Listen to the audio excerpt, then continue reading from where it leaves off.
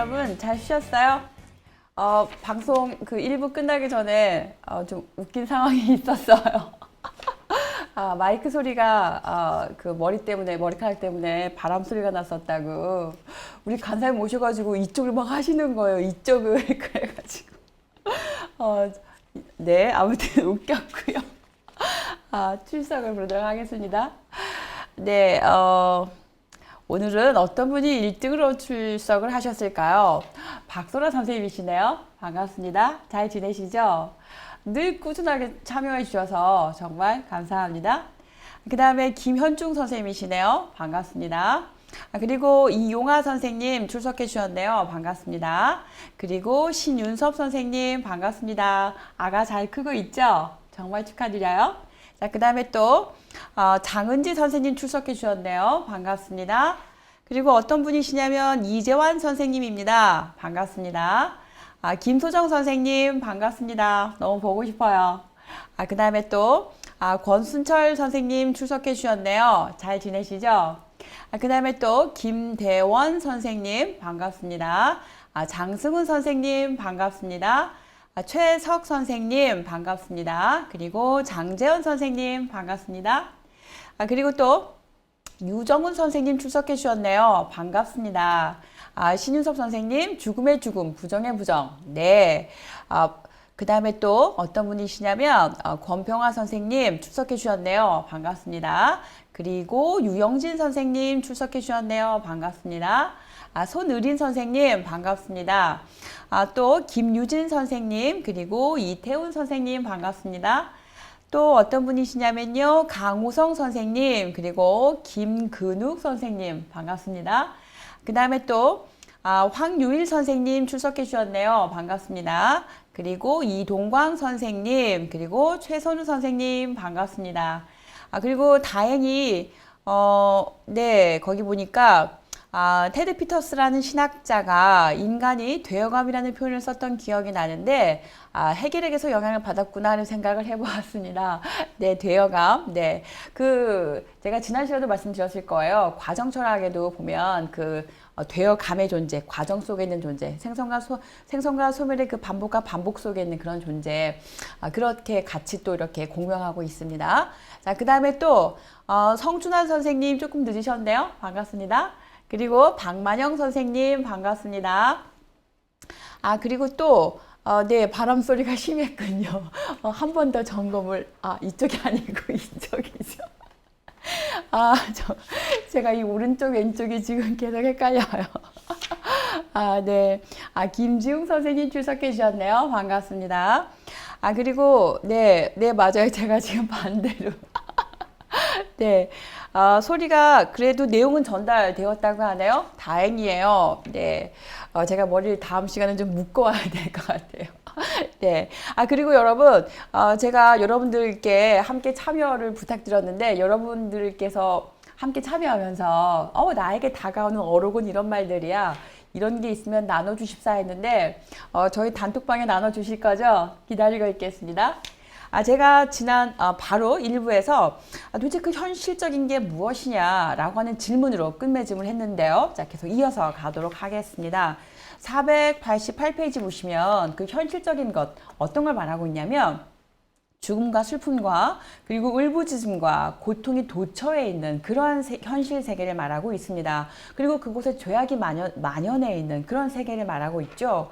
그래서 이 모든 이 부정적인 것들이 부정이 될 때 그때서야 비로소 이 현실적인 것은 이성적인 것이 되고 그리고 이성적인 것이 현실적인 것이 된다 이렇게 표현하고 있습니다. 자, 그래서 어디를 보시냐면 이제 쭉 좀 내려가 볼게요. 이 이성적인 것과 현실적인 것, 그 두 번째 패러그래프이죠. 이것은 이 신적 정신과 신적인 정신, 그 다음에 유한한 현실, 이것도 결국은 서로 결합되고 그러면서 또 어떻게 됩니까? 구별되는 그런 관계성 안에 놓여 있다라고 하는 거. 자, 그렇게 읽으시면 좋을 것 같고요. 자, 그 다음에 또 이제 저는 491페이지로 넘어가도록 하겠습니다.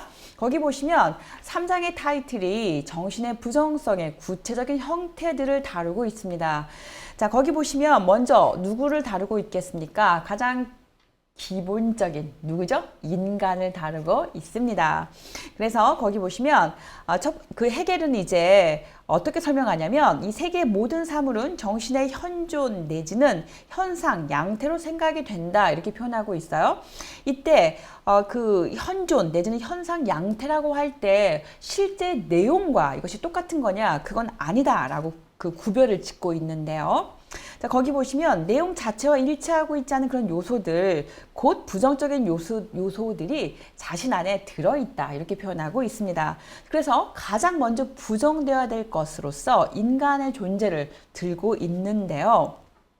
자, 거기 1번에 보시면 성서에서 하나님은 곧 정신, 영 이렇게 표현하고 있잖아요. 자, 그러면서 하나님께서는 인간을 하나님의 형상으로 이렇게 지었다고 창조하셨다고 이야기를 합니다. 자, 그렇기 때문에 거기 492페이지 두 번째 줄에 보시면 하나님이 인간이 되신 것은 인간이 그의 형상에 따른 정신적이고 영적인 존재이기 때문이다 이렇게 표현하고 있습니다. 그렇기 때문에 정신으로서의 하나님은 그 직접적인 어떤 그 현존이 어떻습니까? 우리 인간에게 그대로 이렇게 드러나지게 되는 것이겠죠? 그래서 그 하나님의 어떤 직접적인 현존 혹은 현상의 양식으로서 우리 인간을 말하게 되는 것입니다. 자, 그런데 그 인간은 어떻습니까? 하나님의 형상이면서도 또 인간적인 그 육체가 갖고 있는 자연성, 그 다음에 어떤 제약성 혹은 어떤 그 사멸성 이런 것들 그런 제약으로부터 벗어날 수가 없겠죠. 자, 그래서 이제 어떻게 되는 거냐면 두 번째 패러그래프에서 그 모든 것들로부터 이제 해방이 되어져야 되는 그래서 넘어가야 되는 거죠. 그래서 정말로 그 신적인 것에 도달해야 되는 그런 존재로서 인간 존재를 말하고 있습니다. 자, 그 다음에 492페이지 맨 아래쪽에 보시면 그래서 그런 그 인간의 규정은 근거가 뭐냐? 바로 성육신에 있다라고 설명하고 있는데요. 맨 아래 보시면 정신으로서의 하나님은 자기를 인간의 존재, 곧 자기 자신과 다른 것으로 대상화시킵니다. 자, 그래서 그 자신을 유한한 인간과 결합을 시키는 거죠. 그래서 하나님은 어떻게 되는 겁니까? 하나님 인간이 되는 거죠. 자, 그래서 이제 그 그리스도는 아버지 하나님과 통일성 안에 있고 그렇지만 또 구별되는 하나의 타자로서 존재하게 됩니다. 그러면서 또 어떻습니까? 통일성을 이루고 있는 것이죠. 자, 그렇기 때문에 늘 이렇게 어떤 그 변증법적인 과정 안에 있다라고 하는 거, 우리 인간의 존재도 그렇다라고 하는 거, 자, 그렇게 이해하시면 좋을 것 같고요. 그 말이 두 번째 패러그래프에서 다루고 있습니다. 아래서 몇째 줄 올라가시냐면 다섯 번째 줄 올라가시면 있어요. 밑줄 그어볼게요. 거기 보면 인간은 자기 정신의 자연성과 유한성을 지향하고 자기를 하나님께로 고향하는 한에서만 그럴 때에만 하나님이다 라고 하는 뜻으로 이해돼야 된다 이렇게 설명하고 있습니다. 그러니까 인간이 곧 하나님이다 그런 이야기가 아닌 거죠. 유한성을 극복하고 부정적인 것을 부정을 통해서 이렇게 고양되어 갈 때 그때서 비로소 거기에 도달하게 된다. 자, 이렇게 설명하고 있습니다. 자, 그 다음에 넘겨 보실게요. 자, 어디를 가시냐면 그러면 정신의 본질적인 활동은 어디에 있느냐? 바로 사유에 있다. 이렇게 설명하고 있습니다. 우리가 3부 마지막에서 사유가 어떠한 역할을 하고 있는지 말씀을 드렸습니다. 화해자의 역할이었어요. 하나님과 대상세계 사이에서의 그 화해를 이루는 그런 그 역할을 담당하는 게 사유, 그 철학이었죠. 자, 그 다음에 두 번째 줄 보시면 자연적인 욕구, 그 다음에 충동, 그리고 인간의 그런 행동 사이에서 사유의 중재 과정이 있다. 이렇게 표현하고 있습니다. 그래서 사유를 통해서 우리 자연적인 욕구, 우리 인간에게 드러나고 있는 자연적인 욕구, 충동, 그런 행동들을 중재할 수가 있다고 하는 거죠. 사유를 통해서 어떤 성찰과 반성적인 사고 이런 걸 통해서 이건 내가 본래적인 모습이 아닌데 이것은 옳지 않은 모습인데 이런 그 생각들을 하게 되는 것이죠. 그래서 그런 상태에서 넘어갈 수 있도록 해주는 그것이 바로 사유다. 이렇게 보시면 되겠고요. 그 다음에 세 번째 패러그래프 첫 번째 줄에 보시면 정신적인 존재 그리고 사유하는 존재로서 인간은 자기의 자연적인 욕구와 충동을 억제하고 그리고 보편적인 가치와 목적을 지향해야 한다. 이렇게 말하고 있습니다. 여러분 여기다가 우리 별을 좀 그려야 될 것 같아요. 그쵸? 우리 안에 들어있는 어떤 그 자연적인 욕구, 충동 이런 것들을 억제하고 그래서 우리는 어디에다가 우리의 가치를 맞춰야 되냐면 보편적인 가치와 목적에다가 이렇게 거기다 맞추고 거기를 향해서 나아가야 되겠다. 자, 이렇게 보시면 되겠고요. 그래서 이거를 이제 신학적으로 한마디로 뭐라고 말할 수 있느냐? 옛사람은 죽고 이제 새 사람으로 다시 거듭나야 된다. 자, 이렇게 말할 수가 있겠습니다. 자, 그 다음에 495페이지인데요. 거기 보시면 식물의 씨앗에다가 인간을 비유하면서 삼중적인 존재로 파악을 합니다. 자, 그것의 근거에는 무엇이 있습니까? 바로 삼위일체가 있는 거죠. 그래서 495페이지 세 번째 패러그래프 보시면 이제 삼위일체 하나님에 대해서 이야기하고 있습니다. 자, 읽어보시면 되겠고요. 자, 그 다음에 어디를 가시냐면 496페이지예요. 여기에서 사유함 혹은 사유의 중요성, 사유의 역할, 저는 이제 그렇게 뽑아봤는데 세 번째 패러그래프에서 우리는 대상의 특수한 것들을 넘어서서 보편적인 것을 이렇게 파악하기 위해서 우리는 사유를 한다 이렇게 표현하고 있어요. 자, 그 말은 뒤집어서 말하면 어떤 그 특수한 것들, 이것은 어떤 개별적인 것이라고 볼 수도 있겠죠. 혹은 자기 주관적인 것들, 이런 것들을 넘어서서 뭔가 보편적인 것에 도달하지 않는 사유는 사유다 아니다? 아니다. 이렇게 볼 수가 있겠습니다. 그래서 우리가 뭔가 사유를 한다라고 하는 것은 그 나의 어떤 그 한계, 나의 어떤 그 편견, 혹은 나의 어떤 그 뭐라고 하죠? 독사라고 하죠. 독사, 억견. 뭔가 그 에피스템에 도달하지 않는 어떤 그 무엇인가 어떤 그 근거를 가지고 근거를 기반으로 한 어떤 그 진리가 되는 말들, 이런 것들이 아닌 어떤 그 잠깐만요. 머리카락이 또 내려온 모양인데, 자, 이쪽이죠? 이쪽. 이쪽이에요. 죄송합니다. 제가 이건 오른쪽, 왼쪽이 계속 헷갈려가지고, 네. 우리 간사님이 머리를 한쪽으로 모으라고 하는데, 이쪽이죠? 이쪽? 네, 이렇게, 아니고. 정말. 죄송합니다, 여러분. 오늘 계속 오른쪽, 왼쪽이 헷갈려요. 네, 꿋꿋하게 계속 가도록 하겠습니다. 거기 이제 읽어보면 거기 두 번째 줄인데요. 경험적인 것들을 넘어서서 본질적인 것에 이루고자 하는 게 그 사유의 특징이라고 하는 거예요. 그래서 특수한 것, 경험적인 것을 넘어서서 보편적인 것, 본질적인 것이 사유를 통해서 파악된다. 자, 그런데 만약에 이렇게 하지 않는다라고 하면 이 사유를 통해서 우리가 뭔가가 다름이 있구나, 모순이 있구나 이런 걸 발견할 수가 있는 거잖아요. 그런데 그런 걸 발견하지 못한다. 그래서 뭔가 그 지향을 통해서 뭔가 고양돼 가는 그런 것이 없다라고 하면 그건 사유가 아니다. 혹은 사유할 필요가 없다. 자, 이렇게까지 밀고 갈 수가 있겠습니다, 여러분. 자, 어디를 가시냐면 497페이지인데요. 거기 5번에 보시면 자, 헤겔은 정신의 본질적 활동의 사유를 다음과 같이 설명한다 이야기하죠. 자, 직접성 밖으로 나감. 이게 사유라고 하는 거고요. 또 이 직접성의 부정이 있다. 그 다음에 또 내려가 보시면 감성적인 것을 넘어서는 사유의 고양, 또 유한한 것을 넘어 무한한 것을 향한 사유의 밖으로 나감, 또 일련의 감성적인 것을 깨트림으로써 초감각적인 것을 향한 비약, 이 넘어감이 오직 무엇이다? 사유다. 이렇게 표현하고 있어요. 여러분 이거 어록이지 않아요? 너무 멋진 말 아닌가요? 여기다 별을 저는 2개나 그었어요. 2개. 우리가 뭔가를 사유한다고 하는 것은 그냥 나의 이 상태가 그대로 머물러 있는 그런 것을 말하는 것이 아니라 뭔가 한 단계 도약이 이루어지고 한 단계 고양이 이루어지고 뭔가 그 초감각적인 것을 향해서 이렇게 비약하는 그런 것들이 있어야 그게 바로 진정한 사유다. 이렇게 말하고 있습니다. 우리가 사유함, 결국 그것은 어떤 그 변화, 같은 말로 저는 익히고 있는데 어떤가요, 여러분? 우리 사유하는 존재 맞죠? 변화 기대하고 있겠습니다.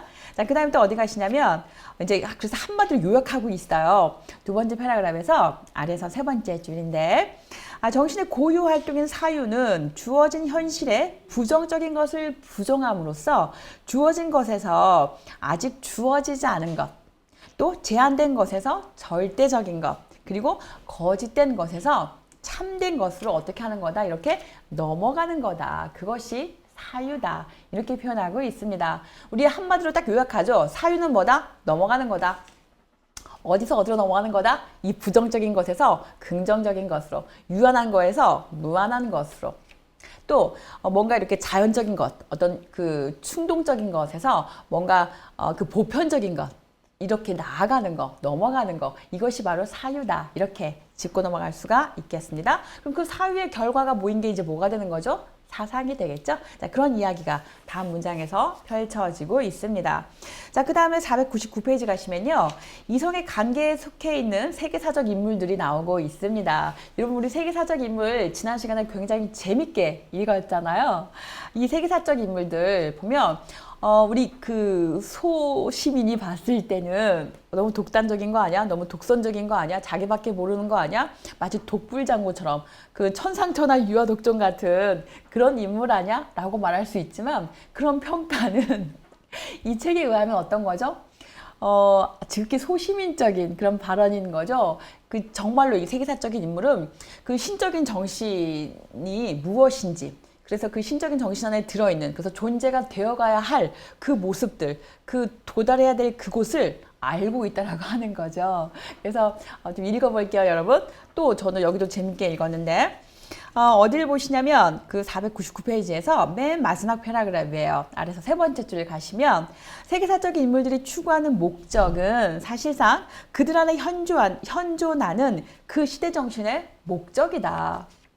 어떤가요, 여러분? 굉장히 파워풀한 말이죠. 그러면서 다소 위험성이 좀 도사리고 있어요. 마치 한 국가에 혹은 어떤 공동체에 뭔가 어떤 그 리더의 자리 혹은 어떤 그 최고 통치자의 자리에 있다라고 할 때, 혹은 어떤 그 권력의 자리, 어떤 사안에 대해서 결정을 해야 되는 그런 자리에 있는 그런 사람들의 경우 이 말이 잘못 해석되고 자기에게 이렇게 어떤 하나의 그 도구처럼, 좋은 도구처럼 이렇게 쓰일 수도 있는 정말 위험한 그런 발언이면 틀림이 없지만, 그럼에도 불구하고 우리가 뭔가 이렇게 그 하나님께서는 우리 인간을 또 도구를 사용해서 인간의 그 뜻을 펼치신다고 하잖아요.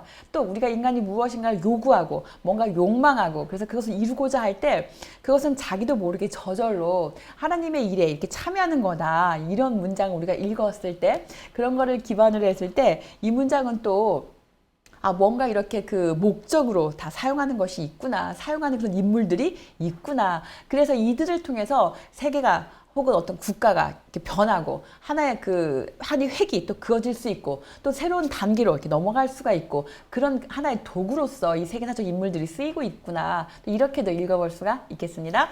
자, 넘기실게요. 거기 보시면 구체적인 예를 들고 있죠. 그래서 블루투스 너마저 나를 배신했느냐라고 이렇게 말했던 유명한 사람 누구죠? 케이사르가 있잖아요. 그가 이제 그 공화정이 이건 옳지 않은 것 같아, 이거는 제정국가로 가야 돼 라고 할 때, 그것은 그가 이미 어떤 그 세계사적인 목적을 이미 다 감지하고 있었다. 이렇게 예를 들고 있었습니다. 자, 그 다음에 또 어디를 보시냐면 좀 내려가 볼게요. 500페이지인데요. 아래서 세 번째 줄이에요. 거기는 뭐라고 되어 있냐면 그 시대의 정신이 요청하는 보편적인 것이 세계사적인 인물들을 통해서 실현은 되지만, 그런데 그 실현됐다고 해서 그것이 어떤 그 완전 무결한 상태냐? 그건 또 아닌 거잖아요.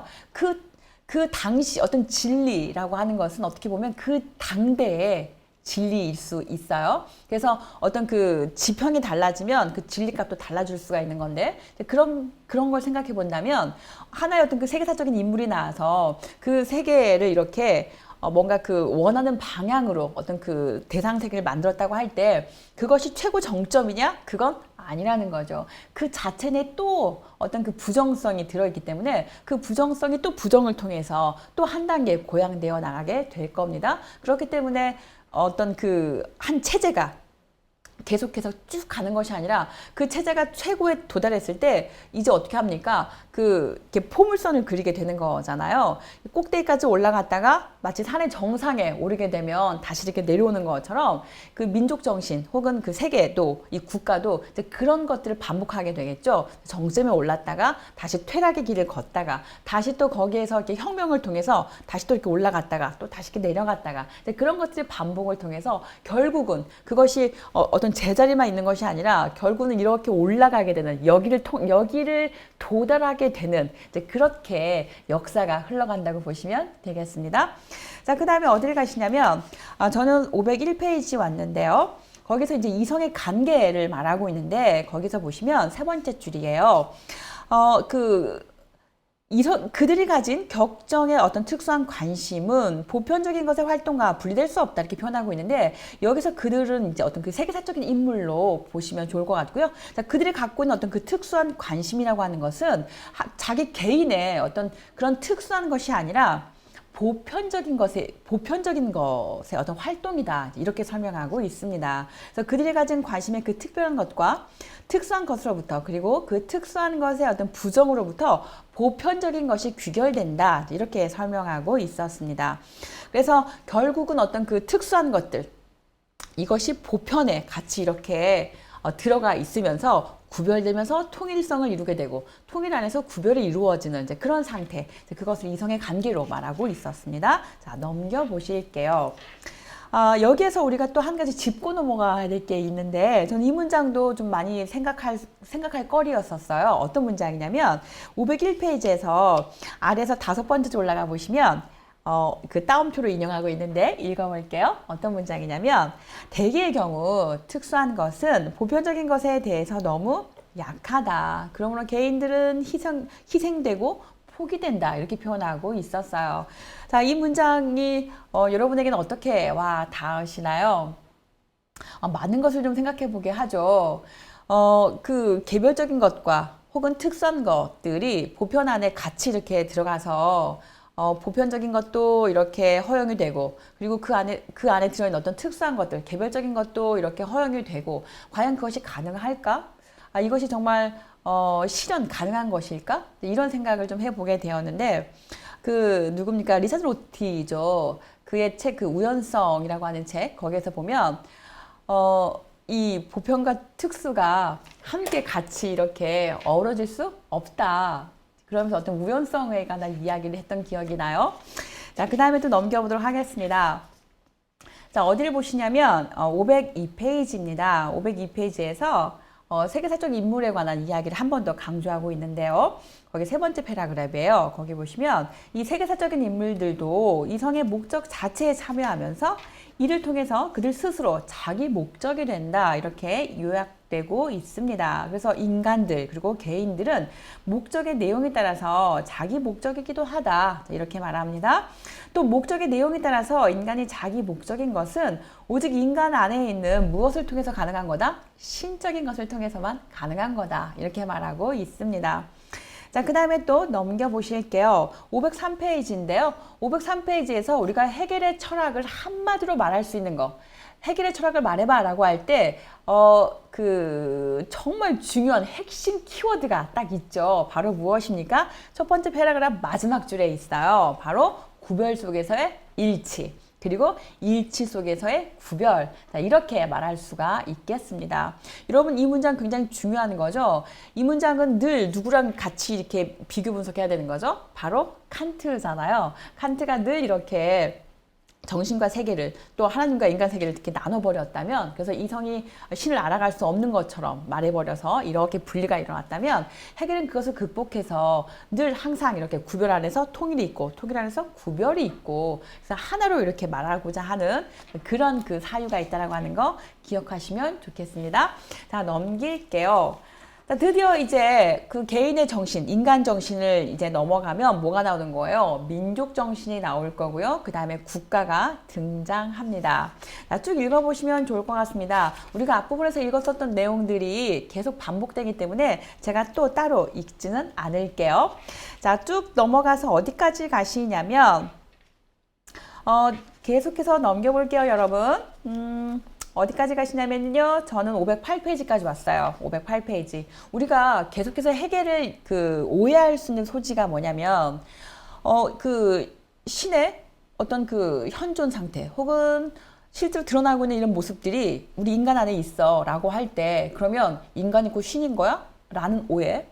또 국가에 들어간다고 할 때 그럼 국가가 신인 거야? 이렇게 말할 수 있고 민족 정신이 곧 신인 거야? 뭔가 이렇게 동일시하는 거, 동일성에 관해서 늘 이렇게 질문이 대두가 되는데 방금 말했다시피 해겔은 동일성을 말하는 게 아니었어요. 늘 통일성은 말하지만 그 안에서 뭐가 늘 같이 이렇게 꿈틀거리고 있는 거죠?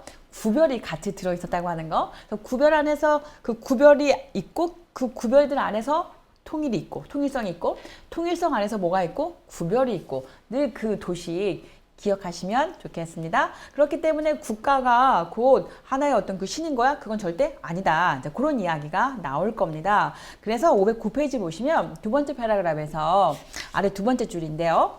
국가는 자기보다 더 높은 신적 정신, 곧 하나님 앞에서 더 높은 진리의 세계를 향해서 끊임없이 지향되고 변화되어야 된다. 이렇게 표현하고 있습니다. 자, 그 다음에 또 넘겨볼게요. 어디까지 가시냐면 510페이지로 왔습니다. 거기에서 국가의 부정성을 말하고 있는데요. 국가의 부정성은 국가 안에 있는 모든 삶의 영역들의 부정성을 뜻한다. 이렇게 표현하고 있습니다. 그러니까 국가 안에 어떤 그 법적인 질서라든가 혹은 어떤 그 문화, 혹은 문학, 혹은 어떤 그 종교, 뭐 철학, 그 모든 것들이 다 국가 안에 들어있는 거잖아요. 삶의 형태들로서. 그럴 때 그 모든 것들이 다 부정성을 갖고 있다. 이렇게 말하고 있습니다. 그 말은 무엇입니까? 예를 들어서 어떤 법칙이 있다고 할 때 혹은 어떤 그 법률이 있다고 할 때 그 법률은 이걸로 끝이야. 더 이상 변화될 수 없어. 땅땅땅 이런 게 아니라는 거죠. 그 법률 안에도 어떤 부정성이 있기 때문에 그것을 부정을 통해서 다시 지향과 고향으로 나아가야 된다. 이렇게 말하고 있습니다. 자, 그런 이야기가 쭉 나오고 있어요. 그 다음에 이제 저는 이제 어디를 가고 싶냐면 511페이지에서 이 문장도 우리가 같이 숙지하고 있으면 좋겠다 싶어서 밑줄을 그었는데 아래에서 두 번째 줄이에요. 거기 보시면 국가와 민족과 개인은 그 형태에 있어서 영원히 존속할 수 있는 것이 아니라 부정적인 것의 부정을 통해서 동그라미 칠게요. 지나가 버리는 것, 일시적인 것, 잠정적인 것으로 규정된다. 이렇게 표현하고 있습니다.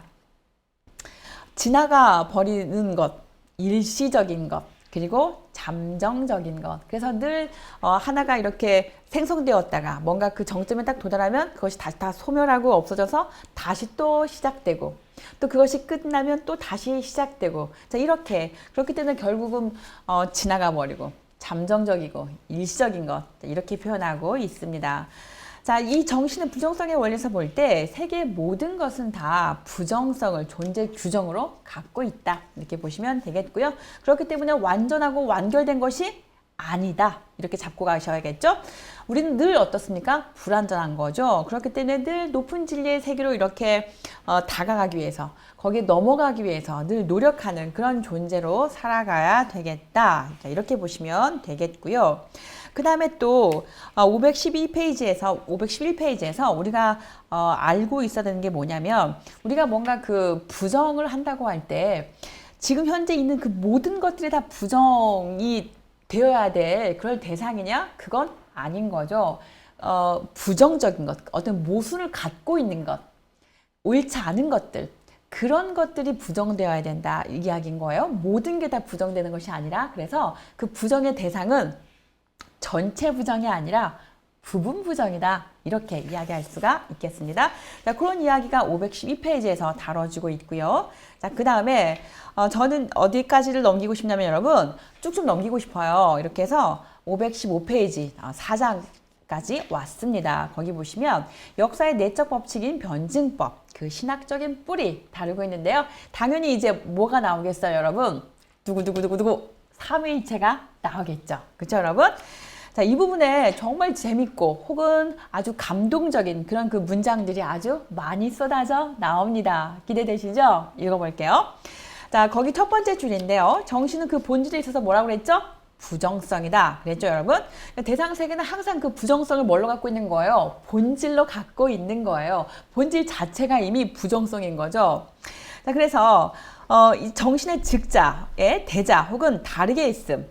이 다르게 있음이 결국은 다 뭐라는 거죠? 부정성인 거죠? 우리 이 다르게 있음을 어떻게 하는 거죠? 지향해서, 즉 부정의 부정을 통해서 통일성으로 나아가야 되는 거죠. 자, 넘겨볼게요, 여러분. 자, 어디를 가시냐면 2번인데요. 이 변증법의 세 가지 요소가 뭐냐면 첫 번째, 모든 사물은 그 자신 안에서 구별되어 있다. 이렇게 말하죠. 다시 말하면 자신 안에서 뭘 갖고 있다. 모순됨을 갖고 있다. 이렇게 표현하고 있습니다. 그래서 구별 자체가 뭐라는 거죠? 모순. 이렇게 잡고 가시면 되겠네요. 자, 그 다음에 두 번째인데요. 모든 사물은 자기를 둘로 곧 구별성으로 내보낸다. 대자 상태가 된다는 이야기죠. 그래서 그 부정적인 것을 부정을 통해서 이제 어떻게 되는 거예요? 통일성으로 돌아가게 된다. 이런 맥락인 거죠. 자, 여기다가 이제 쌈박하게 요약해 볼게요. 첫 번째 뭐라고 할 수 있죠, 여러분? 즉자라고 할 수 있겠죠. 두 번째 2번에 뭐라고 할 수 있죠? 대자라고 할 수 있겠죠. 3번에다가 뭐라고 쓰면 되죠? 즉대자 이렇게 쓸 수가 있겠네요, 여러분. 자, 그래서 그 아래 문장은 그런 이야기로 지금 계속 반복하고 있습니다. 자, 그러면 517페이지에서 질문이 던져집니다. 왜 정신은 자기의 그 대자의 현실에 머물지 않고 대자로부터 자기 구별을 하고 또 그 부정적인 것의 부정을 통해서 왜 통일성으로 나아가는 거야? 왜 그러는 거야? 라는 질문에 대해서 그 근거는 말이지 바로 삼위일체에 있어 라고 이제 대답을 합니다. 그 이야기가 어디 있냐면 517페이지에서 맨 아래 세 번째 패러그래프 두 번째 줄에 있습니다. 밑줄 그어 볼게요. 삼위일체론 밑줄 그 앞에 변증법의 뿌리 괄호 그러면 딱 해결된 거죠, 여러분? 넘겨보겠습니다.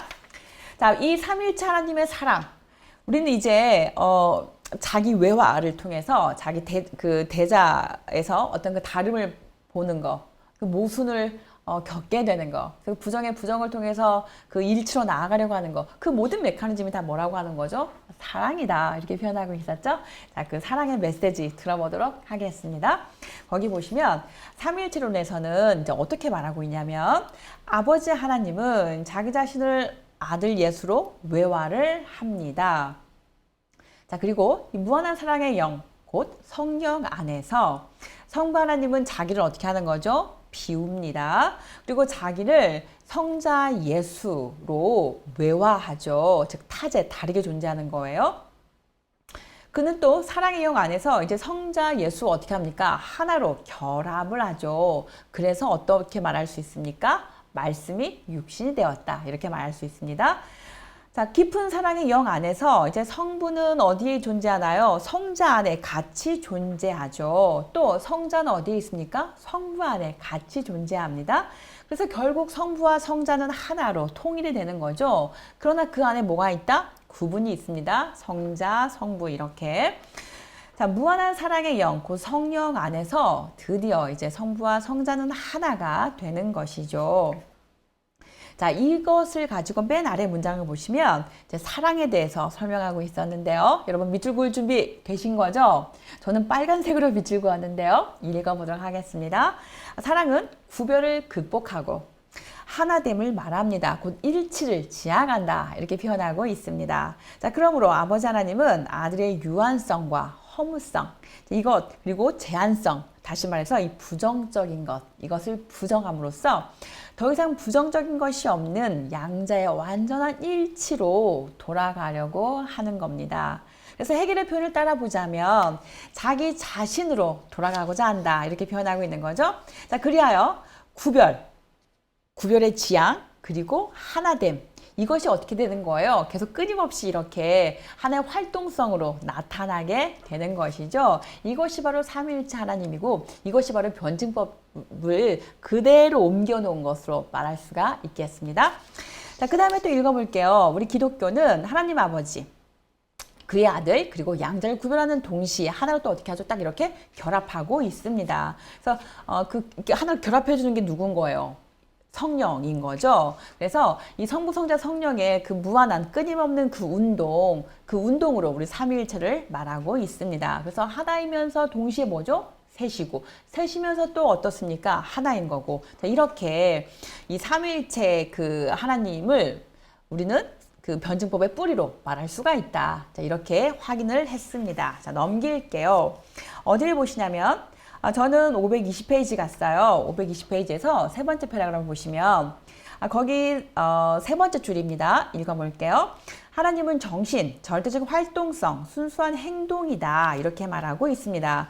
자기에게 대상적인, 자기에게 객관적인 신성, 예컨대 아들을 낳는 거죠. 자, 이렇게 그 외화에 대한 이야기를 하고 있고, 그러면서 계속해서 또 구별, 그리고 다시 통일, 다시 하나가 된 그런 그 순환에 관한 이야기를 하고 있는데, 이것이 다름 아닌 변증법에 대한 설명인 거다. 변증법의 뿌리, 변증법의 근거가 바로 이것이다. 자, 이렇게 이해하시면 되겠습니다.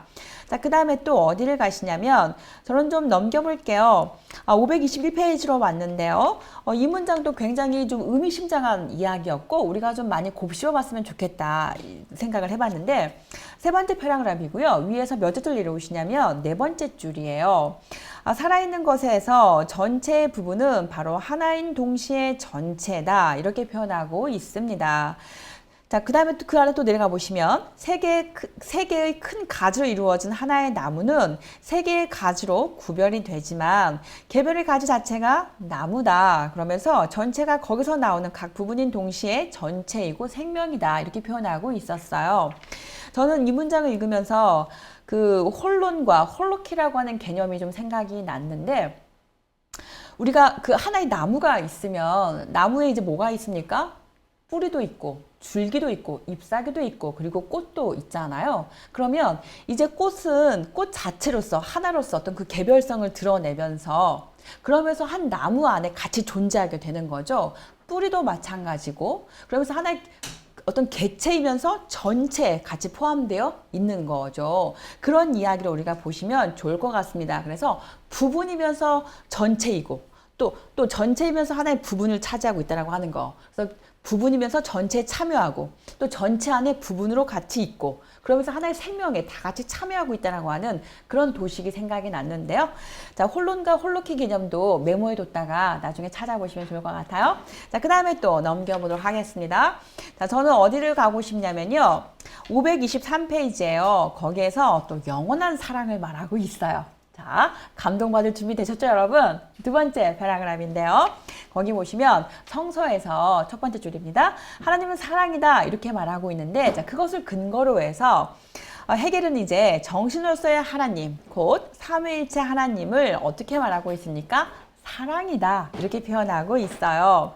자, 하나님은 사랑인데요. 이 구별 속에 있는 아들과 하나님, 그들의 그 차이 속에서 그들 자신에 대해서 동일한 이 절대적인 하나됨, 이것이 바로 뭐다? 영원한 사랑이다 이렇게 표현하고 있어요. 이 헤겔은 정신 곧 하나님을 사랑으로 이해한다. 자, 다름 속에서 일치로 나아가는 그것이 바로 뭐다? 영원한 사랑이다 이렇게 표현하고 있는 것이죠. 자, 여러분 어떠십니까? 우리가 누군가를 사랑한다고 할 때 이 그 다름을 극복한다고 할 때 그 서로의 다름을 다 버려버린다거나 그것이 아니라 서로의 각자의 그 다름을 끌어안고 지향하는 거죠. 우리가 지향한다고 할 때 기존에 있는 것을 다 버려버린다는 의미가 아닌 거 아시죠? 우리가 갖고 있는 그런 것들을 끌어안으면서 다음 단계로 넘어가게 되는 거죠. 이것들을 극복하면서 넘어가는 거. 우리가 사랑도 그런 것 같습니다. 자녀 간의 사랑, 또 어떤 그 연인과의 사랑. 그 사랑이 서로 그 다름의 그 상태에서 완전한 사랑, 뭔가 일치된 사랑 정말 어렵잖아요. 그럼에도 불구하고 그래서 극복해서 정말 일치된 사랑으로 나아가려고 우리는 몸부림을 치는 거. 네, 그 바로 이 삼위일체 하나님에게서 이 영원한 사랑의 그 원형을 통해서 우리가 배워볼 수가 있겠습니다. 자, 그 다음에 또 넘어가 보도록 할게요. 자, 어디로 갔냐면 524페이지예요. 여기 보시면 또 사랑에 관한 아주 아름다운 메시지가 들어 있어요.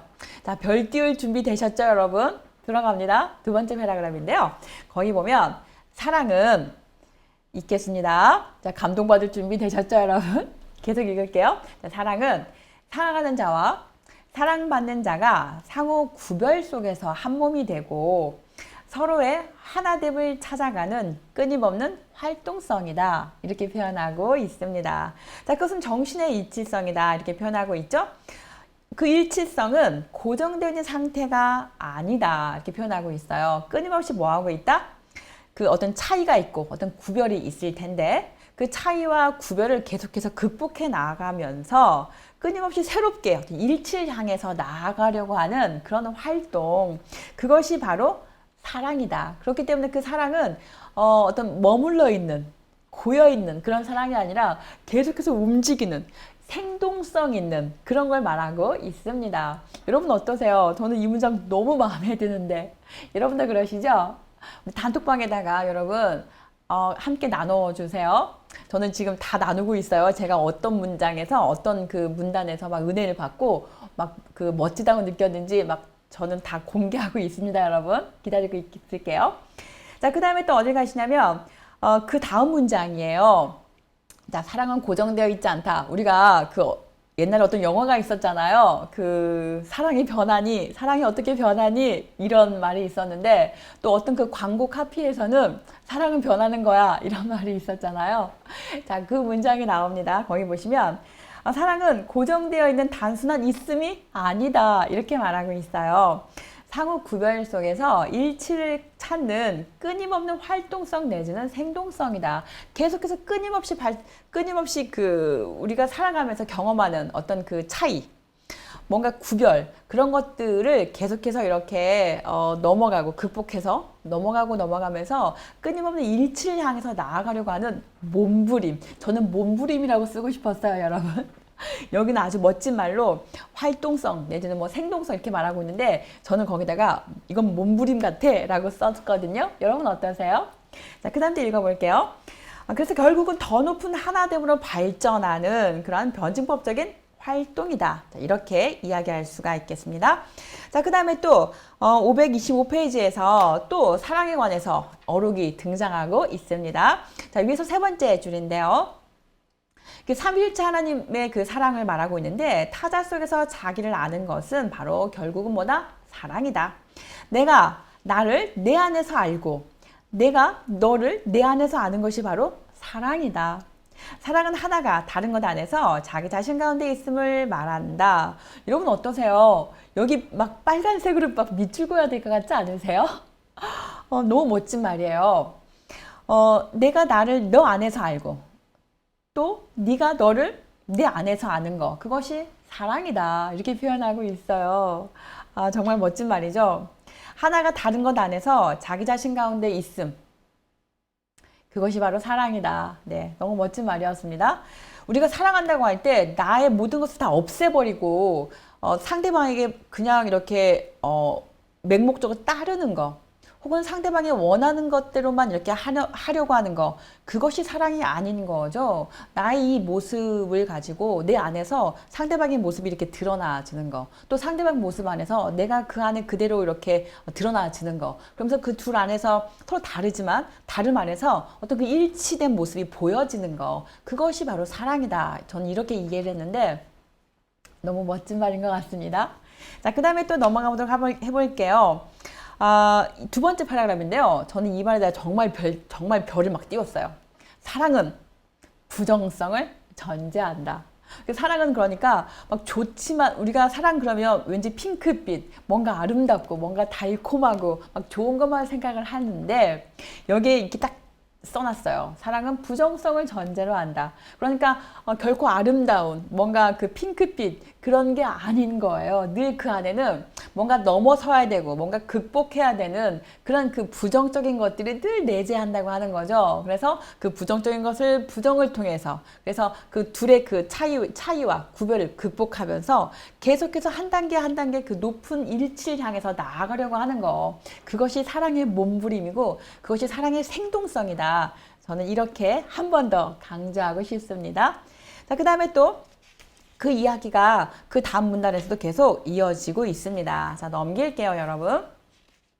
자, 526페이지인데요. 자, 헤겔은 이 저자가 말하기를 헤겔은 하나님을 정신이라고 말했고 정신은 곧 또 뭐라고 말하고 있냐면 사랑이다. 같이 이제 이렇게 하나의 도식화로 말하고 있습니다. 두 번째 패러그래프이고요. 세 번째 패러그래프이고요. 첫 번째 줄이에요. 밑줄 그어볼게요. 정신으로서의 하나님 혹은 사랑으로서의 하나님은 이것이다 이렇게 표현하고 있죠, 여러분. 자, 정신 동그라미, 하나님 동그라미, 그 다음에 그 아래 사랑 동그라미 딱 치시면 정신 이퀄 하나님이고 하나님이 뭐다? 사랑이다. 이렇게 도식할 수가 있겠습니다. 자, 그 다음에 또 넘겨보실게요. 527페이지죠. 위에서 네 번째 줄인데요. 거기 보시면 정신은 바로 삼위일체 하나님의 사랑의 변증법적인 활동을 가리킨다. 밑줄 딱 그으실게요. 그래서 해겔은 그 다음 문장 정신과 사랑을 어떻게 한다? 동일한 의미로 두고 있다. 이렇게 말할 수가 있겠습니다. 자, 그 다음에 또 이 문장도 아주 멋진 문장이에요. 안 읽고 지나갈 수가 없는데요. 자, 첫 번째 패러그래프 아래서 세 번째 줄입니다. 읽어볼게요. 자, 이렇게 타제, 다르게 존재하는 거. 이 타제는 영원히 그 자신을 정립하는 것, 그리고 영원히 그 자신을 지향하는 것이다. 그 자신을 정립하는 것, 타제를 지향하는 것, 이것이 바로 뭐다? 사랑이고, 바로 뭐다? 정신이다. 이렇게 말하고 있습니다.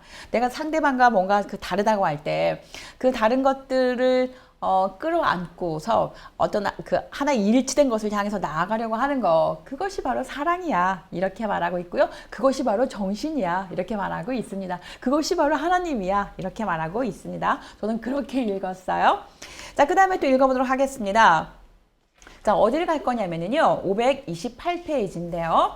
자, 거기 보시면 첫 번째 줄에 나와 있어요. 인간은 사랑 안에서 자기 자신을 타자 안에서 다시 발견한다. 이렇게 표현하고 있습니다. 그래서 사랑은 또 다른 나의 모습을 발견하게 되는 거죠. 상대방을 통해서. 자, 이렇게 표현하시면 좋을 것 같고요. 자, 그 다음에 또 어디를 가시냐면 쭉 좀 넘겨볼게요. 9번인데요. 하나님의 삼위일체의 극단적 형태를 보여주는 것이 바로 뭐다? 예수의 십자가 죽음이다. 거기서 계시되어 있는 하나님의 사랑이다. 이렇게 표현하고 있습니다. 자, 거기 밑줄 긋고 가도록 하겠습니다.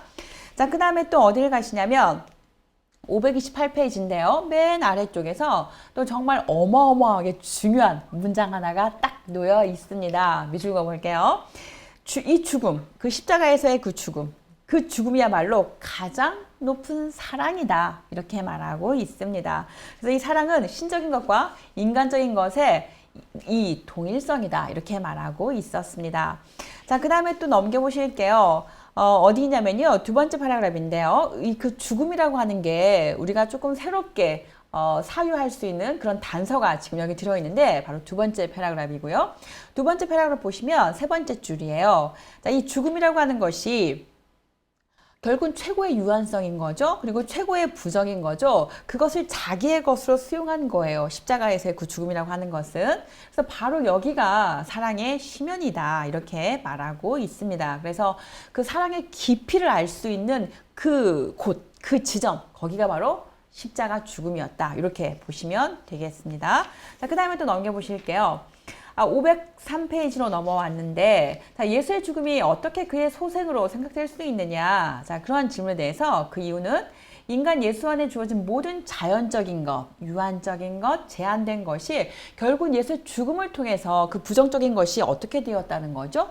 부정되었다고 하는 거죠. 그래서 예수와 그의 아버지 하나님의 완전한 하나됨. 그래서 그것이 결국 화해를 만들어지게 되었다고 하는 거죠. 그래서 예수의 죽음은 자연적인 유한성, 직접적인 현존의 지향, 외화의 지향, 제한의 지향이다. 이렇게 표현하고 있습니다. 그래서 결국은 즉자와 대자가 완전히 일치하는 그 즉대자의 그 보편적인 자리에 딱 도달하게 되는 거. 그래서 우리가 그것을 소생으로 말할 수가 있겠습니다. 자, 그 다음에 또 531페이지인데요. 거기 보면 몰트만의 그 삼위일체 비밀에 대해서, 신비에 대해서 설명하고 있습니다. 읽어보시면 좋을 것 같고요. 자, 그 다음에 또 어디를 보시냐면 2번이에요. 페이지 532페이지입니다. 거기 보시면 세계사의 낚싯바늘은 삼위일체 이렇게 말하고 있는 거죠. 우리 낚싯바늘에 그 뭡니까? 낚싯바늘 딱 던지면 거기에 다 이렇게 걸리는 거잖아요. 거기서 말하는 게 무엇입니까? 모든 것이 다 걸리게 하는 그 가장 근본이 되는, 가장 그 토대가 되는 게 뭐다?